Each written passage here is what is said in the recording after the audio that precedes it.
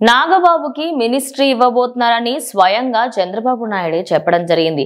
అయితే గత కొద్ది రోజుల నుంచి ఈయన ఎమ్మెల్సీగా పోటీ చేయబోతున్నారని, ఆయనకి ఖచ్చితంగా ఏదో ఒక బాధ్యతలు ఇస్తారు అని చెప్పేసి గత కొద్ది రోజులుగా అయితే వినిపిస్తోంది.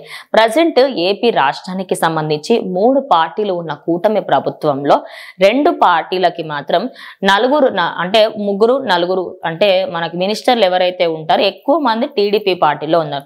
జనసేనకు చూసుకుంటే పవన్ కళ్యాణ్, నాదెండ్ల మనోహర్, అదే కాకుండా కందుల దుర్గేష్, వీళ్ళ ముగ్గురు ఉన్నారు. కానీ ఇటు వైఎస్ఆర్సీపీకి సంబంధించి గత ప్రభుత్వ హయాంలో కొంతమంది వెళ్ళిపోవడం ఇలా చాలా జరుగుతూ వస్తున్నాయి. కాబట్టి ఇప్పటికీ ఇంకా 25 శాఖలకు సంబంధించి మినిస్టర్లు అయితే లేరంట.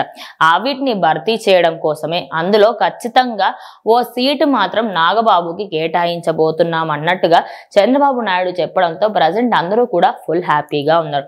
అయితే అప్పటి టైంలోనే అదే టైంలో బీజేపీ పార్టీలో ఉన్న వాళ్ళకి కూడా అప్పట్లో వాళ్ళ ఒక సీట్ ని టీడీపీకి త్యాగం చేశారు. మరి త్యాగం చేసినందుకు ఇప్పుడు అందులో ఉన్న వాళ్ళకి ఎవరికొకరికి మినిస్ట్రీ ఇవ్వాలి, సో వాళ్ళకి సరి సమానం అవుతుంది అని చెప్పేసి బీజేపీ వాళ్ళు కూడా అడుగుతున్నారు. మరి ఆయనకి ఎలాంటి పదవి ఇస్తారు, అసలు ఏది ఇవ్వబోతున్నారు ఏంటి అనే దాని గురించి కూడా ప్రజెంట్ అందరూ కూడా ఆలోచిస్తున్నారు. అయితే ఏపీ రాష్ట్రానికి సంబంధించి పవన్ కళ్యాణ్కి ముందు నుంచైనా అండగా ఉండి అసలు ఆయన గెలవడానికి గల మెయిన్ కారణాలలో ఆయన కూడా ఒకరే అని చెప్పొచ్చు. మరి అంత సహాయం చేసిన వాళ్ళ అన్నయ్యకి సంబంధించి మరి ఇప్పుడు ఖచ్చితంగా ఆయన చేసిన సహాయానికి ఏదో ఒకటి రిటర్న్ అయితే ఉండాలి. ఆయనకి రీసెంట్ టైమ్స్లలోనే ఆయన ఖచ్చితంగా నెక్స్ట్ రాబోయే ఎమ్మెల్సీ ఎలక్షన్స్లలో నాగబాబు పోటీ చేయబోతున్నారు అని కొన్ని వార్తలు వినిపించాయి.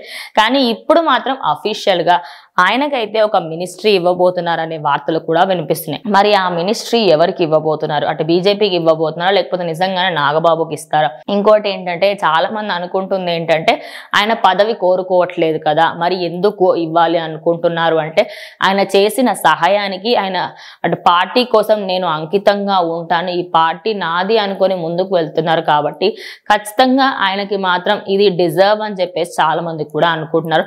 మరి చూడాలి అఫీషియల్ గా కూటమి ప్రభుత్వం నుంచి ఎవరైనా బయటకు వచ్చి ఆయనకి ఏ పదవి ఇవ్వబోతున్నారో, అది ఎప్పుడు ఇవ్వబోతున్నారు, ఆయన త్వరలోనే దానికి సంబంధించి ప్రమాణ స్వీకారం కూడా చేయబోతున్నారట. మరి అది ఎప్పుడు జరగబోతుంది ఏంటి, వీటన్నిటి మధ్యలో ఇలాంటివన్నీ మనం వింటూ ఉంటే అరే నిజంగానే ఆయన డిజర్వ్డ్ క్యాండిడేట్ కదా, మరి ఆయనకి ఇస్తే బాగుంటుంది కదా అని కూడా చాలా మంది అనుకుంటారు.